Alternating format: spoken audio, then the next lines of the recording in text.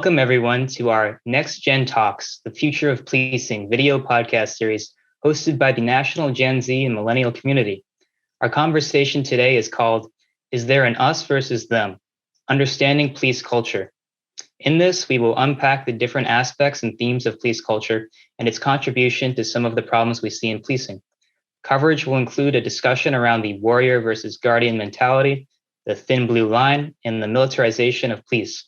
The focus will be on aspects of police culture that keep the profession stuck, resistant to change, and cause friction with the communities they're serving. My name is Jacob Keller, and I'm your conversation host.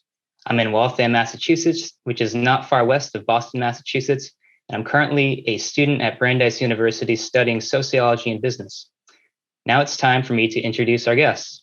We have Dr. Haberfield, who is a professor of police science in the Department of Law, Police Science, and Criminal Justice Administration at John Jay College of Criminal Justice in New York City. She was born in Poland and immigrated to Israel as a teenager. She served in the Israel Defense Forces in a counter-terrorist unit. She served in the Israel National Police. She worked as a special consultant for the U.S. Drug Enforcement Administration. She's conducted research in the areas of public and private law enforcement, integrity, and white-collar crime in the United States. And she has provided leadership training to a number of police agencies. Welcome. For having me. Next, we have Officer Patrick Skinner, who is now a police officer in the Savannah Police Department in Georgia. Mr. Skinner served as a case officer at the Central Intelligence Agency, handling foreign intelligence sources in places like Afghanistan, Iraq, and Jordan. He also has previous law enforcement experience with the U.S. Coast Guard, U.S. Capitol Police, and the U.S. Federal Air Marshal Service. Welcome again. Thanks for having me. And finally, last but not least, we have Dr. Nancy Panza, who is a police psychologist and professor of psychology at California State University in Fullerton. Dr. Panza completed her PhD in clinical psychology at the University of Alabama. She worked as an assistant professor in the psychology department at John Jay College of Criminal Justice in New York City, and then went on to California State University in Fullerton. Her research interests include criminal forensic assessment and police psychology. Dr. Panza has also worked in federal facilities providing services for juvenile and adult offenders and has provided services for police departments in New York City, Alabama, and Southern California. Now let's make sure that I have all of that right. Does that all sound good to everyone? Yes. Sounds great. Thank you. Great. So what do I want viewers to take away from this video? I want viewers to take away a richer understanding of current police culture, to hear some ideas on the direction that police culture should move in, and just essentially how to make this change possible. I think it's important to focus on this topic because I believe meaningful change comes from within and comes from people willing to do so. So now we'll be moving on to our questions. Let's start with this idea of organizational culture in policing. Break it down for us. What are some of the common themes that describe police culture? And whoever would like to answer first, please feel free to do so.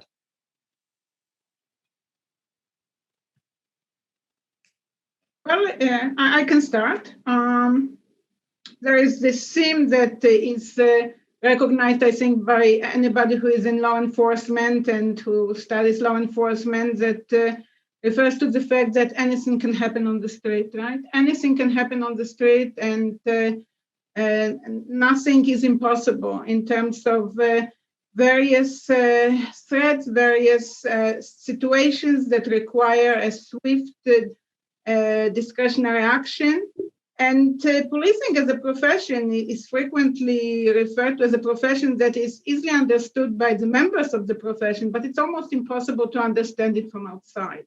And I think that this is the source of, this is the first and the most important part in trying to understand this concept of us versus them that goes into this theme of anything can happen. And anything can happen from the standpoint of danger to the officers, to others. And this danger is a serious danger, life-threatening danger, right? And this is the source that creates a certain culture of response, a certain culture of discretionary reactions to situations that other people don't necessarily fully understand and judge from the hindsight of looking at other possibilities and other options that officers could have engaged in, but really don't understand the dynamic of this particular moment.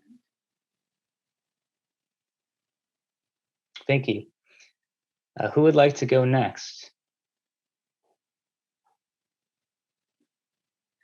I can jump in and just say a brief word on it, just in terms of culture. I think every organization has its culture. It's just something to be understood. Every business, every organization. I think, like Dr. Haberfeld said, that in policing there is a very specialized culture, as within many organizations. However, I think it is very often misunderstood. And that certainly contributes to that us versus them feeling, both from the police organization looking outward. They feel very misunderstood by society, but also from society looking inward, and that society, often the communities looking inward don't have a great understanding of law enforcement work. So I think that inherently, the culture is a big part of the field, but that inherently causes a bit of that us versus them feeling that certainly is prominent right now in society. Yeah, yeah, I agree. I mean, I'm 50 next week, but I'm 4 years as a cop, so I'm a rookie cop, and I remember going through the training. It was just 4 years ago. And the entire thing is, my two other colleagues said, it's us versus them. And that permeates every single thing that is taught. And it's the mindset, and it's well-intended. It's also designed for officer safety, but then it becomes officer safety over the safety of our neighbors. We'll talk about this.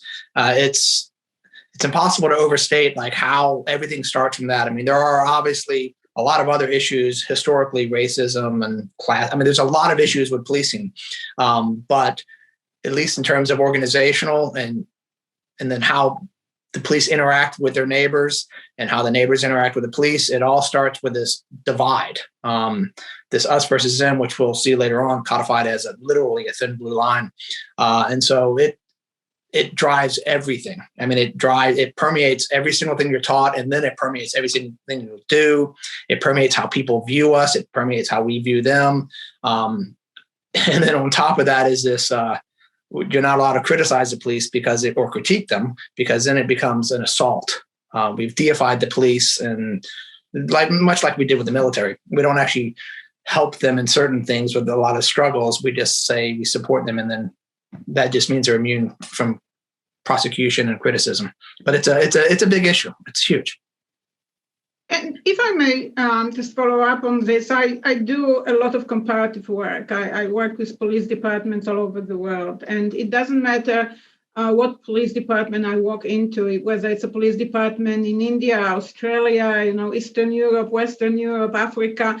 They're the same problems that they're facing. So the public in the United States is somehow under a misguided impression that we only have problems in the United States, and all these problems are tied to the issues of racism and excessive force.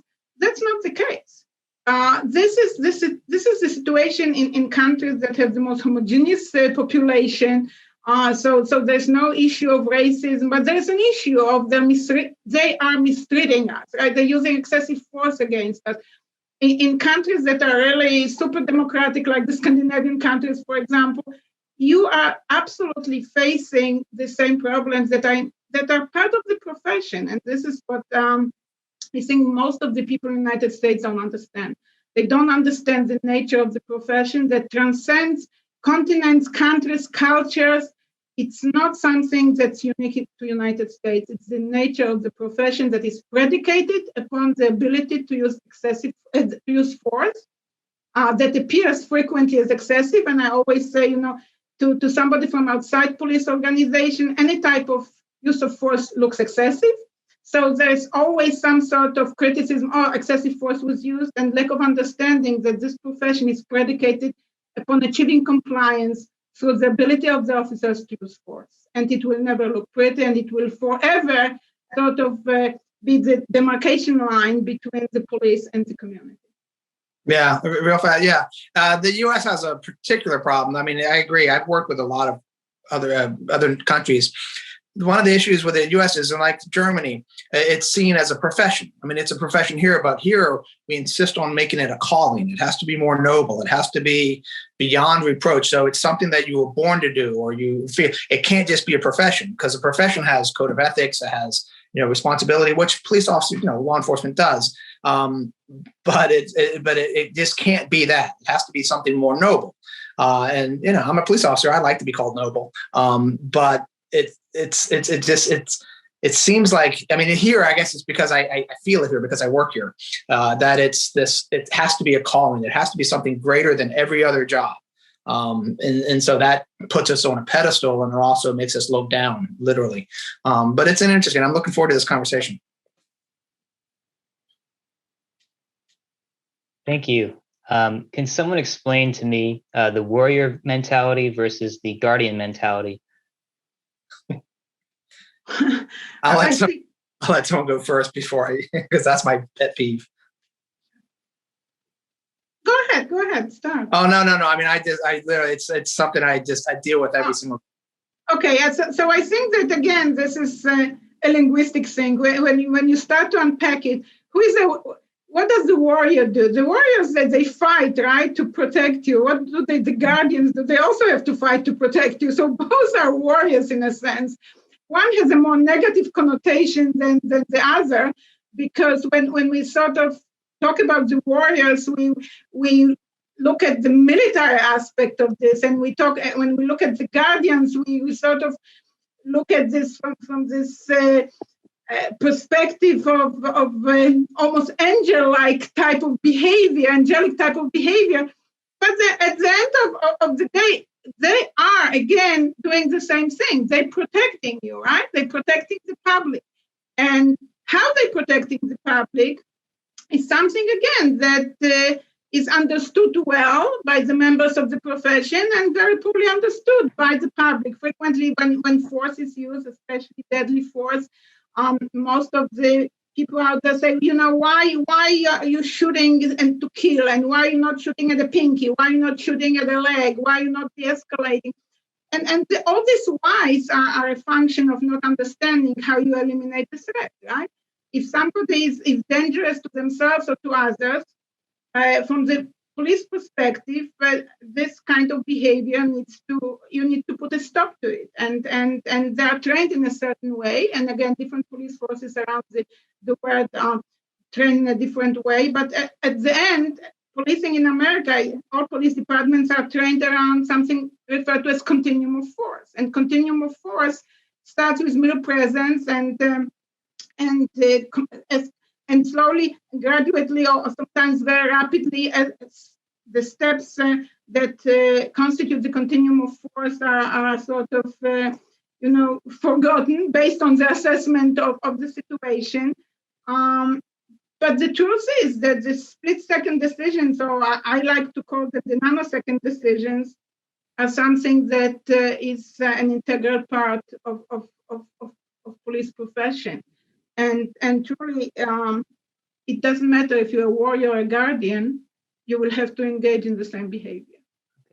Can you explain that phrase again? Was it continuum of force? Continuum of force is how police officers are trained in the United States. It's a matrix on use of force. Depends on the department. It can have 5 steps up to 8 steps, I think. Starts with mere presence. Officers telling somebody you have to do something, put your gun down or move or vacate the place. And then you sort of escalate by a more command voice, and then you go to impact and firm grips and up to deadly force. And technically speaking, it is the matrix of forces de-escalation, but in real life, officers are not required to go through all the steps. When they assess the danger and make the decisions, they don't have to go through each and every step. They can go from 1 to 5 without going through 2, 3, and 4. And people, again, who don't understand the level of danger on the streets have a lot to say about this. And this is, I think, what's really very disturbing, at least to me, that people who don't understand the profession are the ones who are most vocal about the profession. I think I can kind of sum up my approach to this warrior versus guardian mindset, and this seems to be a theme through every conversation I have, every talk that I have, and you even said it in the title of this us versus them thing. I can break it down really simply, and at least in my mind, and the way I approach discussions about this, and that I think of guardian is serve and protect, and I think of warrior as fight to protect. We can take the serve versus fight parts and pit those against each other, and we're right in that us versus them. You know, it has to be guardian or it has to be warrior. Which one are we going to be? We're this, we need to be that. We need to be more this, less that. But what I like to do is to flip that over and say, but the other words that were involved in both of those were they both serve to protect. And so I don't see much sense or purpose other than for debate and to discuss and pick apart these ideas and these mindsets, in that the warrior focuses on the fight piece while the guardian focuses more on the serve piece. Both of those are an important part of policing. You know, the fight piece sort of comes into the crime control aspect of policing, whereas the guardian comes more into the community connection and caring for one another piece. And both are really vital jobs that fall under the umbrella of law enforcement duties. But if we want to find the best path forward, pitting one role over another or trying to value one and devalue the other really just leads us to more clashing. And instead, I feel like the path forward really is on the protect piece, and that both of these mindsets or ways of thinking or ways of conceptualizing sort of police culture have a place.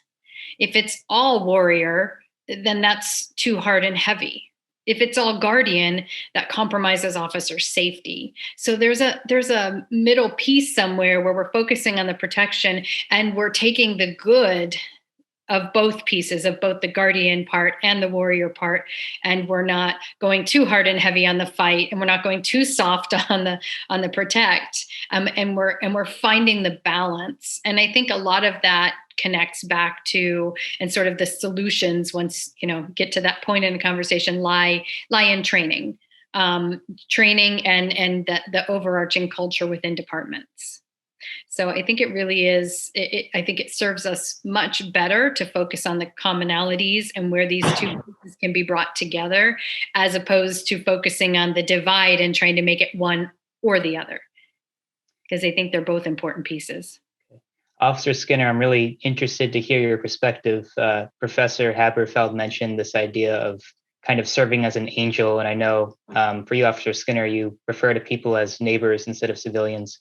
And my kind of focus on that is angel distances the person from the others around them, from ordinary to extraordinary. Whereas my understanding is your perspective is you refer to people as neighbors more as equals. So I'm really curious to hear your thoughts about the warrior mentality and the guardian mentality and so on. Well, one, I don't really use metaphors. I call them my neighbors because I live where I work, which is helpful. So they're actually my neighbors. Like yesterday, I had to respond late last night to gunshots that I heard. I mean, because I guess I live in a bad neighborhood. But I call them my neighbors because they are my neighbors. And I also am a firm believer of what you say is what you think, and what you think is what you do. And if I keep saying that, they're right. The doctor is right about the imbalance, too much of anything. But right now the imbalance is so far in extreme of the warrior concept. And in this, we're Spartans, we're punishers, which is the worst. We're warriors, and it's all well intended, I guess. Well, sometimes it's not, but we'll go with mostly it's well intended. But it's that the Cheney doctrine of policing, where because there is a 0.1% chance that I could get hurt, I have to treat it as it's a certainty, and therefore I'm going to start every encounter. In fact, I call them encounters because I just can't live there. I just can't do the job, and so And I'm not very naive. It's a dangerous southern town, and I work in the U.S. I mean, there are guns everywhere. I'm now in a major crimes unit, and we work violent crimes. And on patrol, it's violent, and I understand that. And so I think it's more of a concept of, instead of fighting against something, it's fighting for somebody. Sometimes that involves physical fighting. A lot of times it also involves fighting your biases, fighting to stop that separation. Because anything that separates you from your neighbors is anti-policing. It's wrong. And it's not cutesy talking. I'm actually okay at my job, I guess. But this warrior mentality is, it's not, yes, guardians and warriors at the end of the day protect somebody, but how they do it, at least in the beginning, because I can take any situation and mishandle it up to the point where I had to shoot somebody. And I can say that it's justified. And so I always look at it, was it inevitable? And justification is literally the lowest bar. It is so low. And most of the most justifiable, inevitable things happen very, very quickly. They happen immediately. Cop gets out of the car, he's shot. My sergeant was murdered 2 years ago. The guy stepped out of the car, shot him in the gut, he died. There's nothing to learn from that. But what you can learn is that where the officer is spending more time handling the situation, and then the violence comes. And, some people are very insistent on violence, and our job is to deny them that impulse. Now, when it happens quickly, yes, you're going to do it. But there's a whole bunch of time, and, cops don't have time, but I think we can make time. I don't do de-escalation because I don't think I can make someone do anything, but I can slow down. I can physically slow myself down. And so this warrior concept is, because, we mentioned it earlier, compliance, but compliance cannot be the goal of the police call. Sometimes it's a path to, get it sometimes, but sometimes I don't have to have someone tell them, do what I say. In fact, I can resolve the call by not saying anything, because I'd say I'm going to go with 80 to 85% of the calls we ride on patrol are not crime. They're not crime at all. And so, but when we show up, we have to, because someone called 911, which is a much larger issue of why people are calling 911. And so this warrior mindset versus, you could stop there, warrior versus, because then it's us versus them. And I deal with this every single day. Every day. Honorable people, awesome people. My colleagues trained me. I didn't train them. They're great. But you can see this thread of warriors or Spartans. And it's just, if you're around it and you're kind of older and you don't want to be in it anymore, because I did that before, I've done the tough stuff, then you can kind of sit back and say, this is so toxic. Like it's good to feel good that I'm a warrior and I'm doing good stuff, but it is devastating to the community policing, which is literally how you're supposed to work. That's it. So I've got a couple of questions that come to mind with that. The first one is the balancing act of a culture where there's an emphasis on keeping officers safe, and that kind of follows the warrior mentality of getting rid of threats. At the same time, there's the interest of slowing things down and making sure that context is understood. How can officers kind of balance that, those two desires for a complete assurance of safety, but also interest in recognizing that perhaps compliance isn't the goal, but to make sure that, say, the person that the officer is talking to understands the situation and that there isn't an escalation?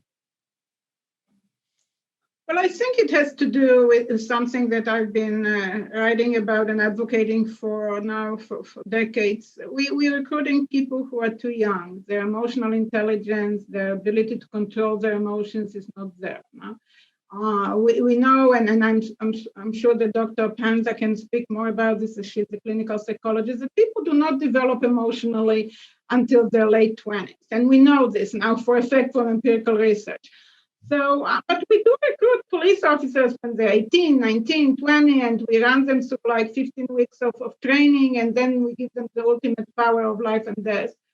And they don't have the tools to handle this. And their ability to de-escalate, at least in my mind, is not related to longer training, but simple immaturity, physical, mental immaturity, to handle this very complex profession. And it is a very complex and complicated profession. And achieving compliance is, of course, not necessarily the ultimate goal in each and every situation, but when it comes to situations that somebody is holding a gun or any type of weapon, or there is a real risk to somebody's life, then yes, you do need to achieve compliance. And the younger you are, the less control you have over your emotions, the quicker you're going to be to resort to the ultimate use of coercive force rather than any type of de-escalation technique.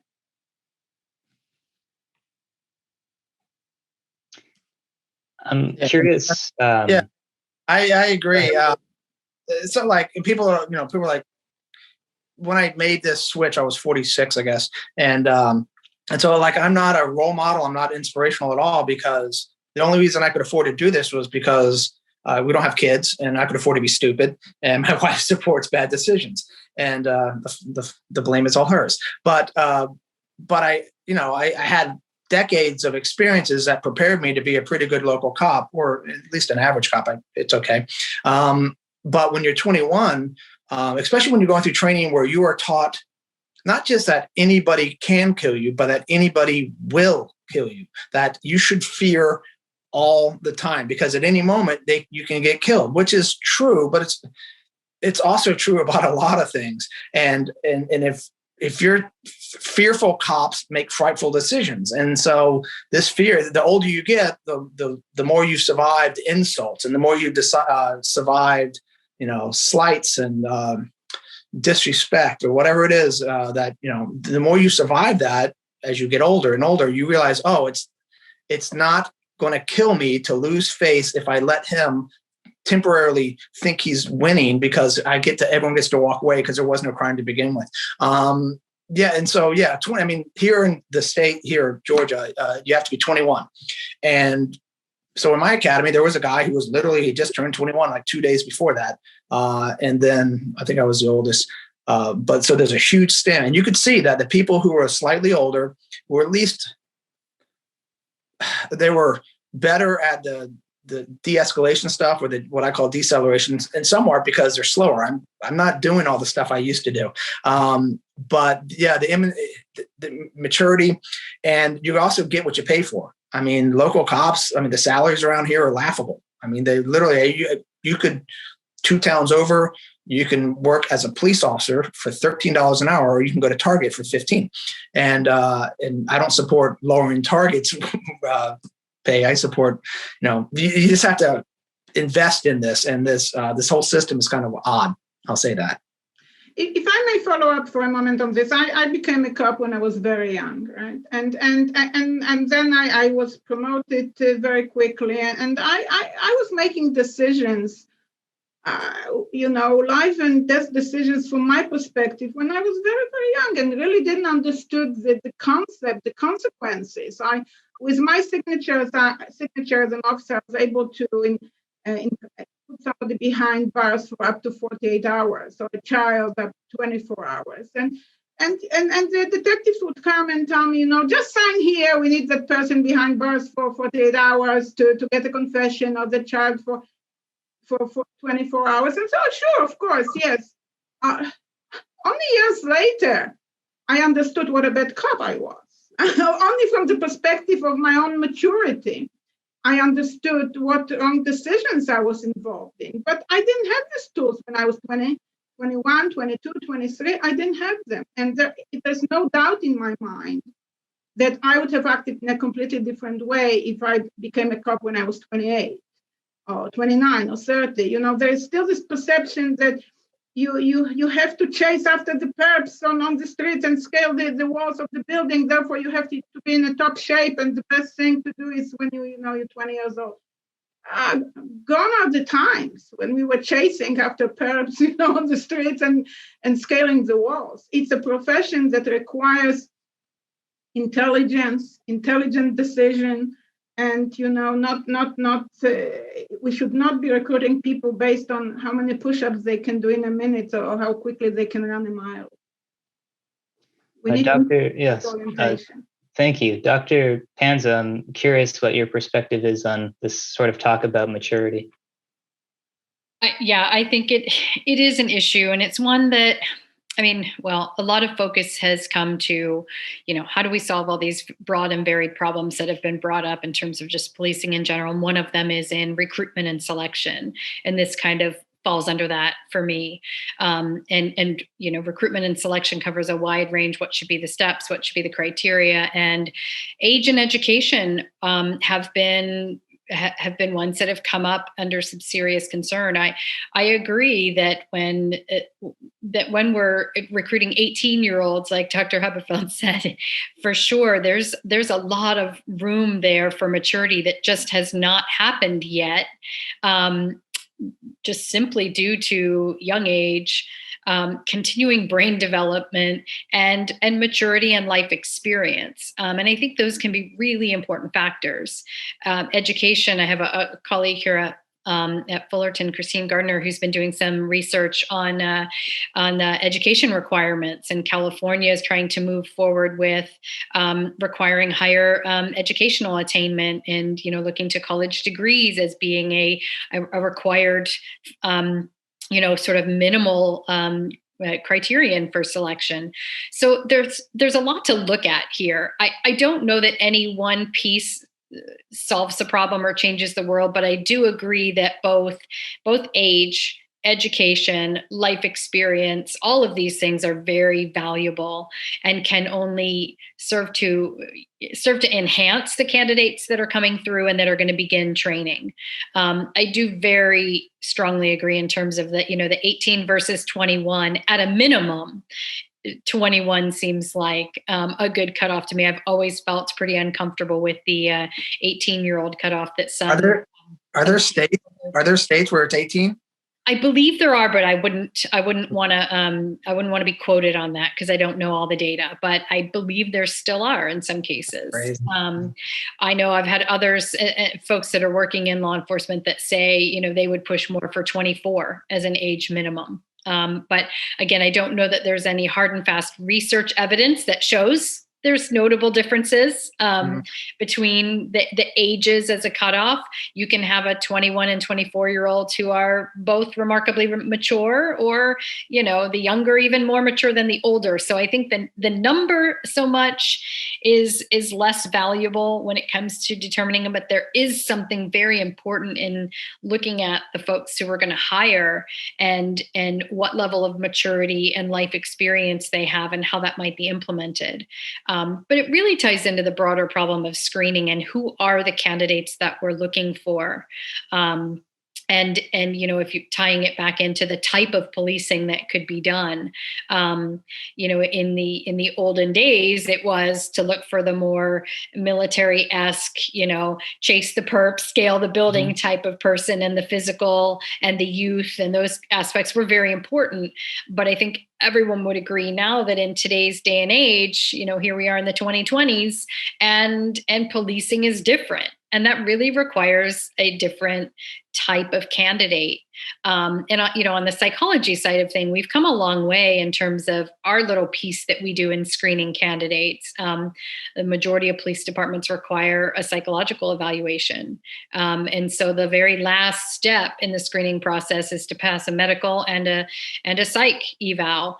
And so, in my little world and little piece of this, where we do these evaluations, we've come a long way in looking at what types of candidates we should screen out, what types of candidates might be the most suitable, might be the best fit in terms of personality characteristics. And so there's been some progression there, but the broader question being, there's a lot that we can do and look at on the screening front to say what type of police officers do we want or need in a particular area, and how best could we recruit folks who are going to fit those shoes. And that will probably differ depending on the size, the geographic region, the logistics, the demographics. There's just, different departments call for different type of policing, and different type of policing calls for different individuals to carry that duty out. So, the recruitment and the screening process is a big one in determining who ends up on your force and what they're able to do in their community. Yeah, real fast. I agree with that. I mean, like it's the recruitment and selection, and more importantly, I think we have to change, or at least reimagine or improve what it means to be police in America, but also what it means to call the police, and so hopefully, if we have time, we'll talk about defund and what that means. But like it's all, we want to improve standards, and I support that because I'd like to have standards. But like in the educational standard one, that might not fit. I mean, because everything's so independent, like it's not a baseline. Like a high school educated, smart, curious, kind cop is better than and that's true in everywhere. But the more requirements you add, well, you're going to bump up into a ceiling real fast that you're making $20 an hour. I mean, like Savannah, we have 700 officers. We're a pretty decent sized force. And you're making like $24, $23 an hour. And so you start asking for astronauts, you're going to have to pay for astronauts. And so, the older people they get into these other careers and make decisions. And so, and we'll talk about the militarization, but yeah, the whole thing is at some point the change is going to come because we've changed enough of the recruits and the way we select them and what we expect them to do. That's right now you're not changing departments midstream. It's like everything else. We're going to have a national conversation, and right now we have arguments, but we really honestly need to sit down and say, hey, what does it mean to be a police? What do we expect from them? What does it mean for us to call them? How do these encounters work?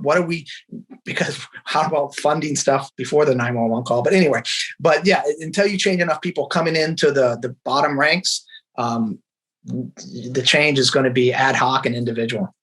Right. Quickly, I'm curious what some of you think about what should be the cultural values of policing, such as kindness. I believe Professor Haberfeld, that was something I read about in one of your articles. What are some of the things, the personality traits and the soft skills that should be emphasized as really within police culture?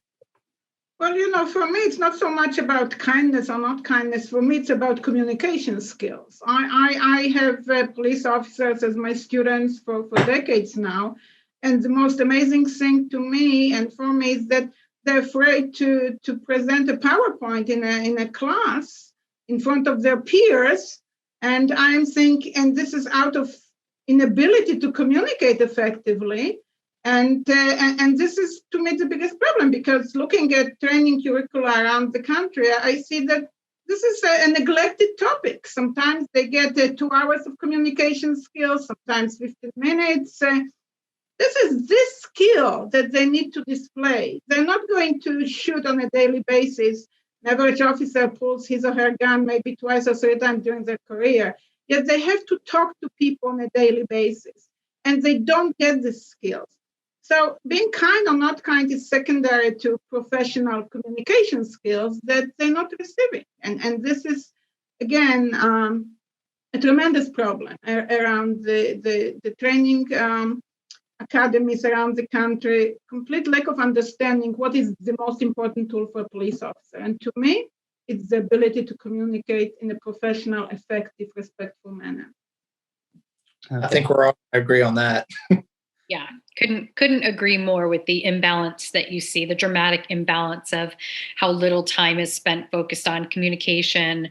I think, de-escalation is a hot keyword these days, but it falls underneath that. De-escalation is simply just communicating in a way that promotes calmness as opposed to, more intensity in your interactions. And there's a dramatic imbalance when that is the skill that underlies every other skill that you're going to do in policing. So 100% agreement. And I used to, because I went through the FLETC, which is the Federal Law Enforcement Training Center down in Brunswick right before 9/11.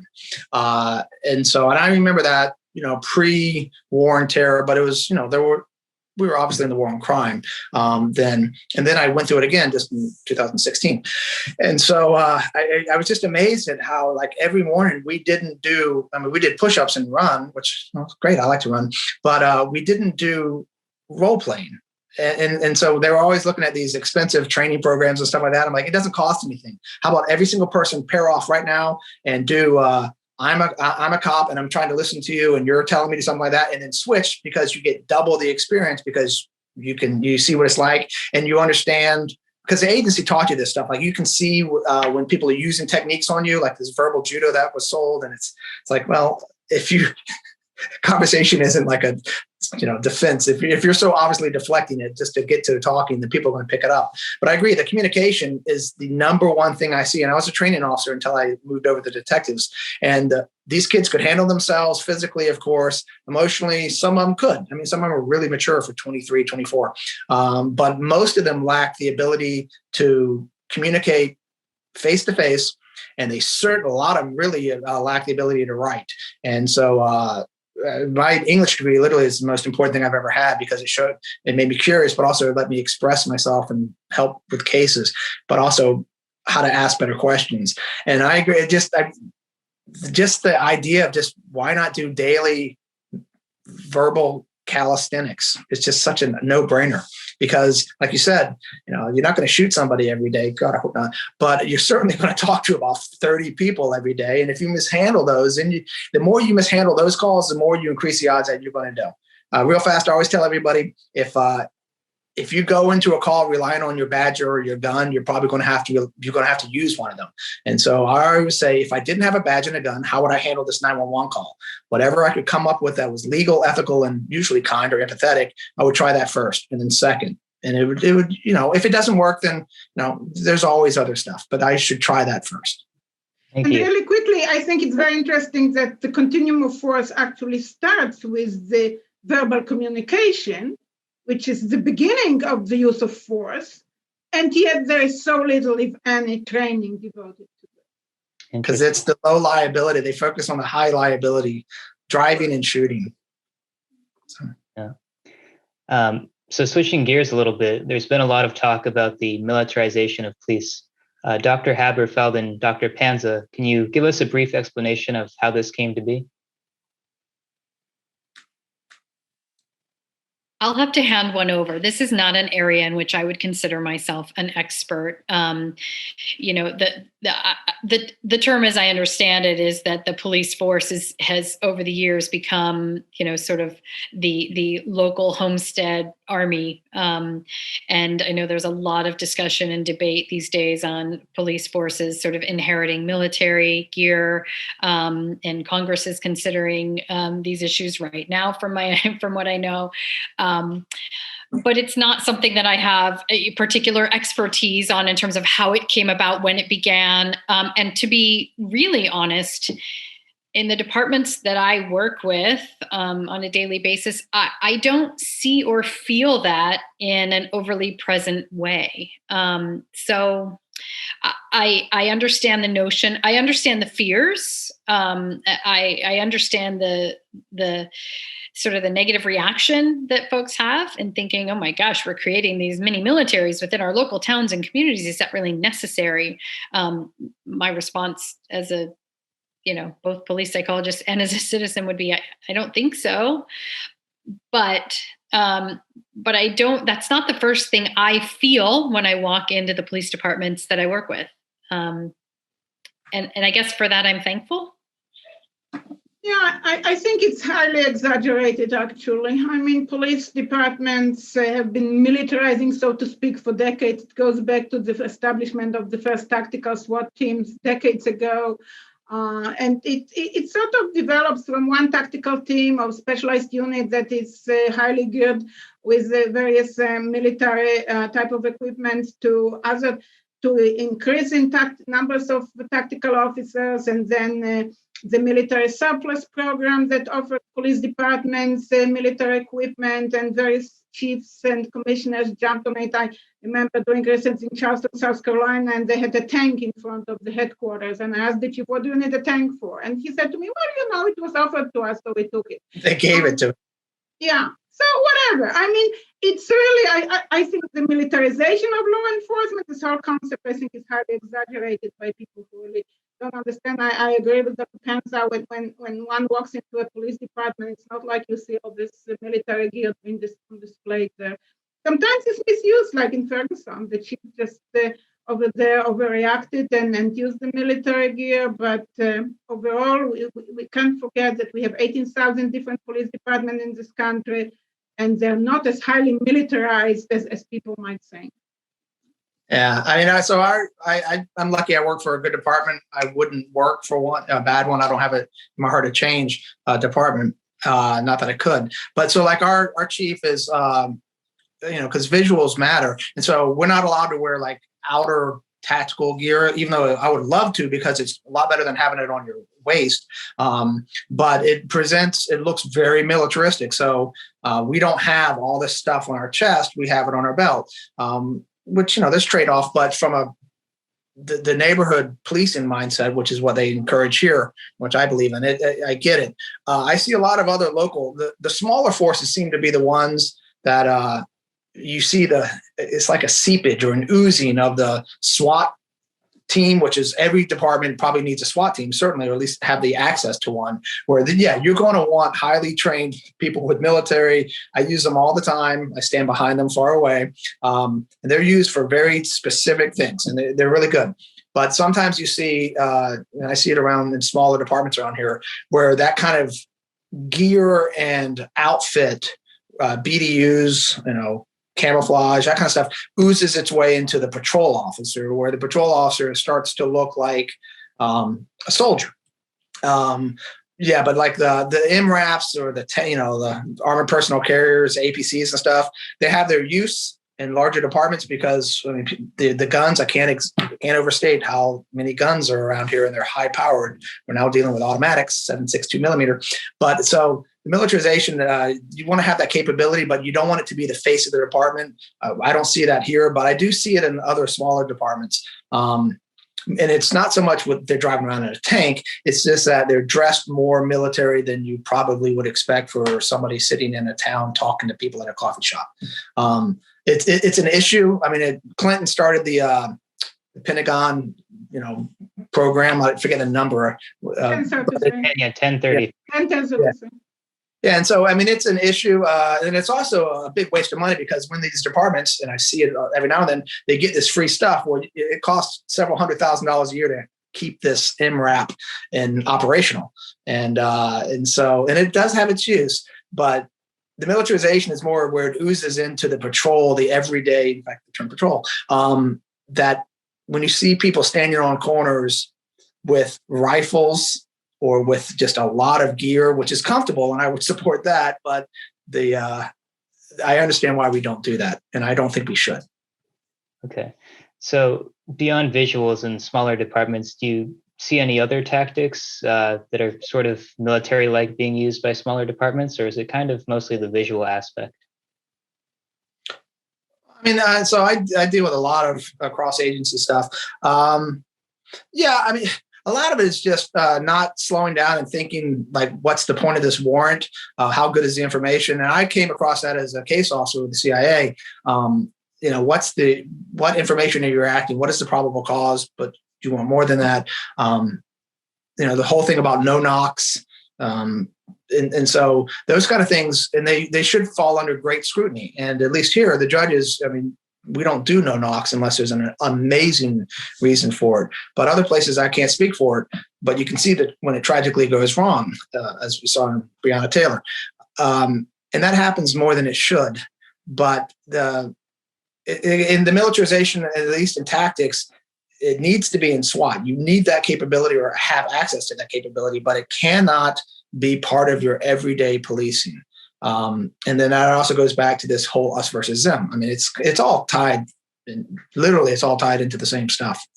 And I think that, again, some departments that completely, the chiefs or the commissioners misunderstand the entire purpose of having military grade equipment. And there are some departments that receive, for instance, the sonic devices from the military, and they use it against demonstrations and people who demonstrate. This should never be happening. This should never be happening.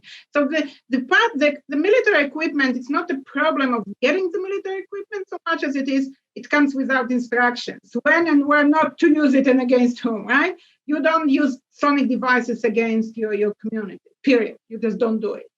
You don't, you can use it maybe in some hostage situations when you need to deflect something, attention for tactical purposes. But it's really about training the chiefs and the commissioners when not to use the military grade equipment and against whom. So switching gears again, I'd like to talk about the thin blue line. First of all, where did this idea come from? Would anyone like to answer that? Well, this is a history of policing. Going back many, many decades, the idea is that it actually comes from sociology, and this the famous Durkheim, who said, scholar who said, society has the tendency to fall into chaotic behaviors, and we need some sort of an establishment, some sort of organization, institution that will separate this, that will create a status quo in which society does not fall into this suicidal and self-destructive patterns. And over the years, the institutions that became responsible for maintaining the status quo was law enforcement, was the police, that basically separates the community and the society from falling into complete and total disarray due to crime, due to any type of destructive behavior. And it's very thin. It's a very thin line because it's so easy to create this environment in which people become very destructive. And actually, I think we saw it in New York City last summer when some of the demonstration got actually out of control. People started looting, destroying property in their own communities, of their own neighbors. I'm not even talking about going from poor to rich and trying to make a statement. I'm talking in their own communities, destroying their own businesses, and not just in New York. I believe in Minneapolis, they were showing, store owners crying, their own people destroy their businesses. So it's not a metaphor. You can see it in real life behaviors of various community members, unfortunately. I have a slightly different view. I think that if it's the only thing standing between my community and collapse is the police force, well, then we would have collapsed a long time ago. And I understand that, like most of the stuff involving the police and sometimes the military and all other aspects of these pedestal jobs, is that by definition, this line separates us. And every single thing that separates me from my neighbor is wrong. It is counterproductive. It's well-intended, but increasingly less so. Now it's turned into a club that you're going to beat over people's head. It's turned into a deflection for criticism, well-intended or not, well-deserved and needed often. But this, I think of so I don't think of my job is to stop my neighborhood from collapsing. My job is two things: to do no harm to 99.9% of my neighbors who are awesome people. They haven't had 2 lucky days in a row, but they're still good people. And then focus on crime. And crime is easy. As a cop, man, crime is easy. You see it, make the problem, you do it. We need to get better at, because police don't actually prevent crime. We need to solve the crime so that we can stop people from repeating the crime. And so this thin blue line, it says basically, I'm the reason why you have calm and security. And I think that basically makes infants of my neighbors. And I understand it's well-intended. And at some point, yes, if there was no law and order, yes, it would be chaos. But I don't think that it's the police force stopping that. Our job is to stop the repeat violent offenders and then to help our neighbors as much as we can.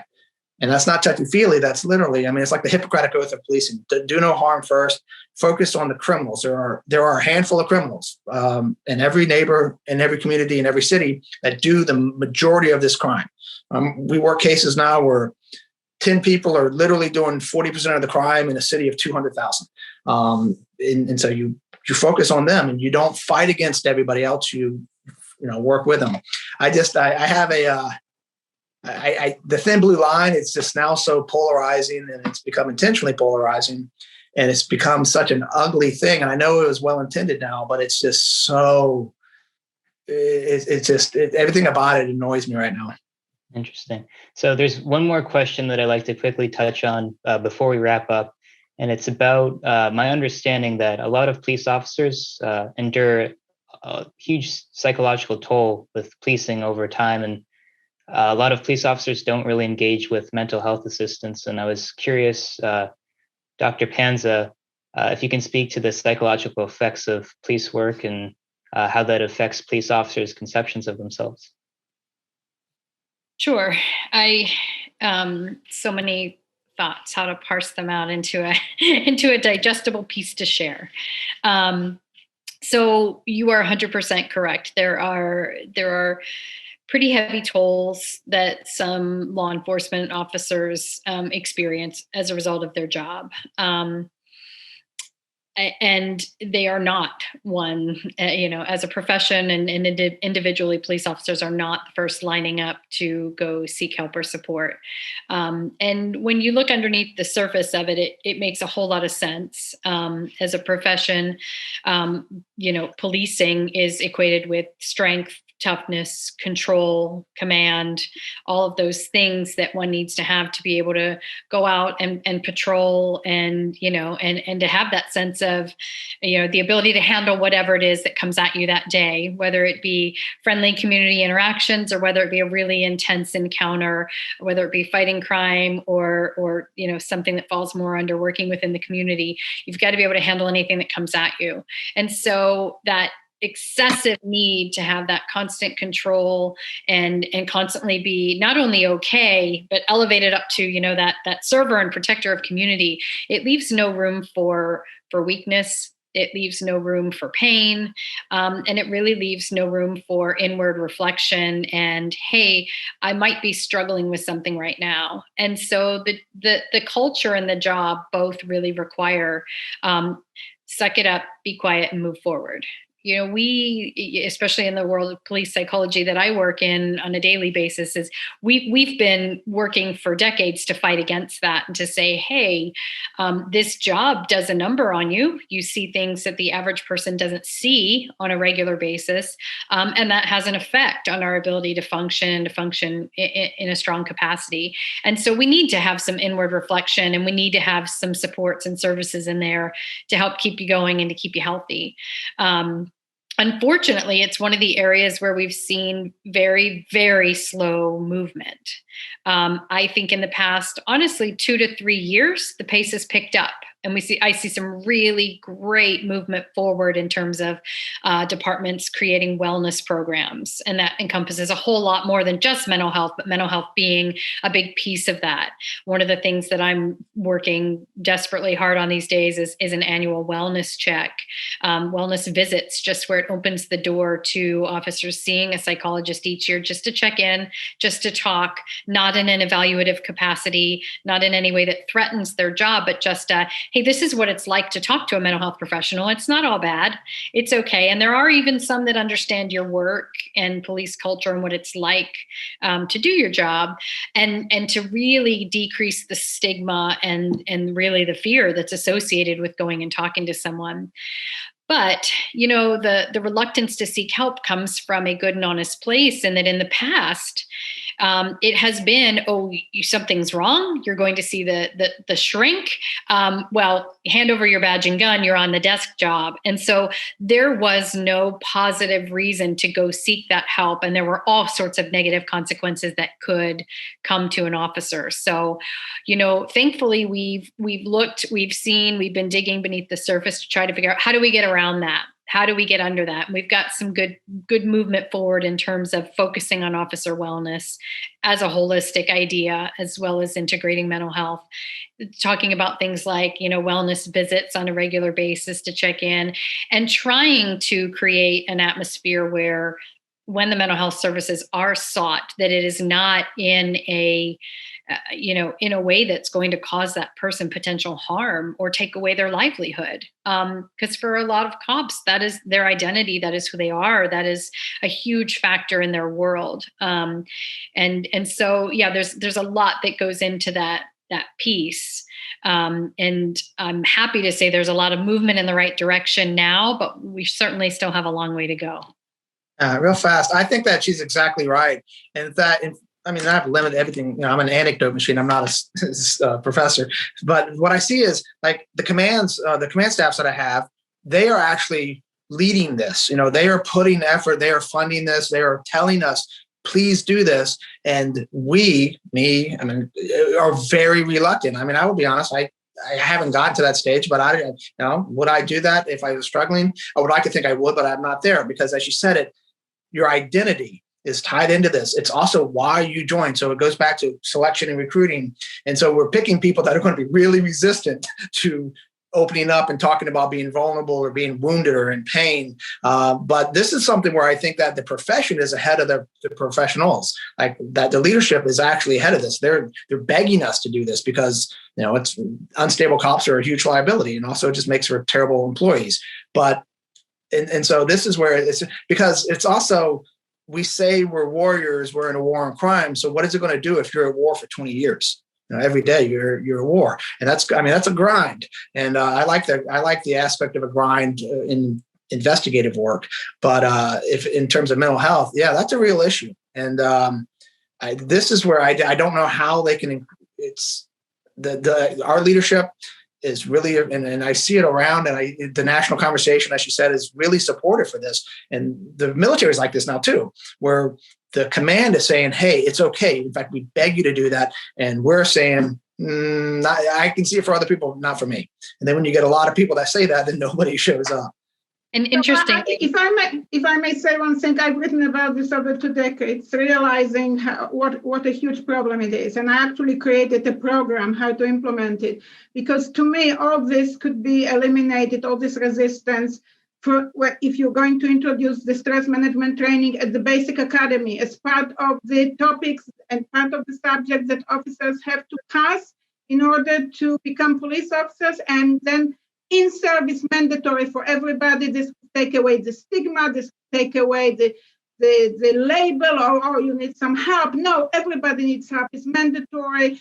And truly, I was, you know, Dr. Pender says that she sees progress. I see very little progress. I don't see maybe 1 or 2 out of all the academies out there that are even contemplating making it mandatory during stress management training, and then mandatory in service, a follow-up.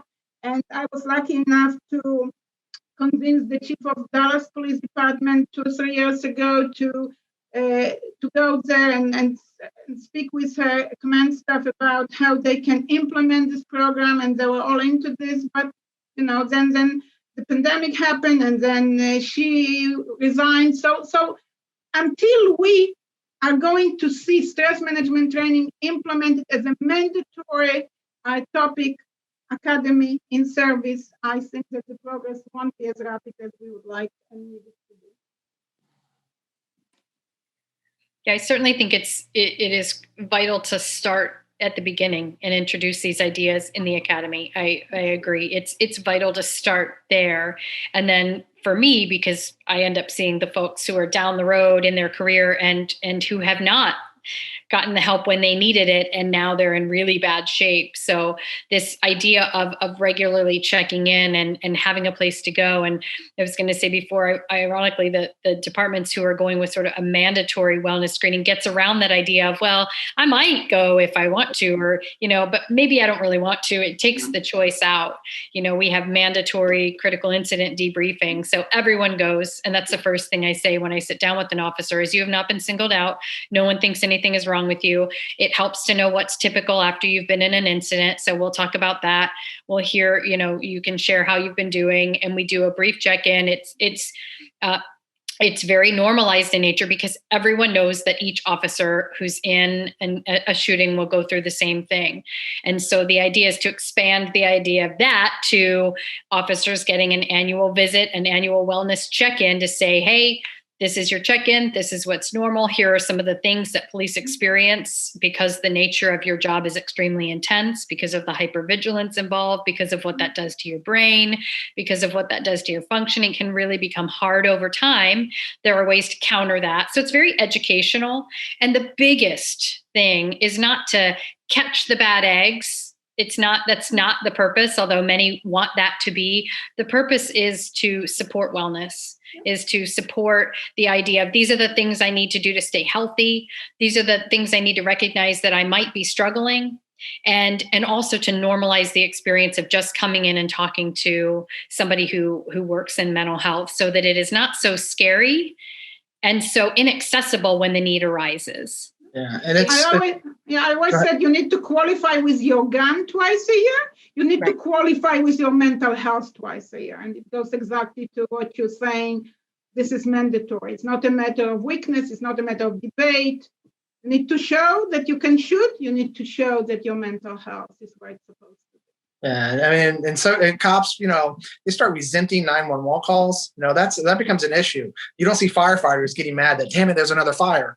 And so cops, and you can see it, and it happens quickly. The burnout happens, and we do 12-hour shifts, and this, you're riding 20, handling 20 calls, ranging from loose dog to, battery, strangulations, you name it, everything. And so it's overwhelming. And if I support that. I didn't really think about it, but yeah, there was nothing like that in training, and there's nothing like that in in-service. And even if you fake it, if you have to talk to a professional for 30 minutes, it's going to have a positive impact, because you're going to start talking. People always told me that I would be jaded becoming a cop, but because I came older and I've seen so much terrible stuff before, I'm actually a better person now, and it's really refreshing that I'm a better person after 4 years of being a cop, and I view my neighbors finally as neighbors, but that's not by accident. That's deliberate every day. And I think anything that we can do to encourage that kind of wellness, because angry cops make terrible decisions, and fearful cops make terrible decisions, and tired cops make terrible decisions. So when you mentioned that, we had nothing like that in training. Nothing. Working hard to get it out into as many agencies as we can. Obviously, resources are hard. But that's no tech. You said it before. It's coming from the chiefs down. There's a lot of interest. There's a lot of departments. And I've been, working with folks in different places to try to get these types of programs implemented and up and running, because the healthier our police force, the stronger a position they are to police well and interact with the community well, and to take care of the citizens that need protecting, and to manage the crime that needs managing. And I think that's what everybody really wants. But you do need healthy cops to do that, because unhealthy cops make really bad decisions. It's exciting to hear that focus on mental health, because my understanding is mental health, when it comes to people on the street or with police officers, has been a topic that's been ignored for a long time. It's also been exciting to talk about militarization and the thin blue line and so on. I believe this is all the time we have. I want to thank Dr. Haberfeld, Dr. Panza, and Officer Skinner, all of you, for coming and speaking with each other and with me. As I said, that's all the time we have for Next Gen Talks, the Future of Policing, the video podcast series hosted by the National Gen Z and Millennial community. Thank you again for coming. And this was really great. This was super interesting.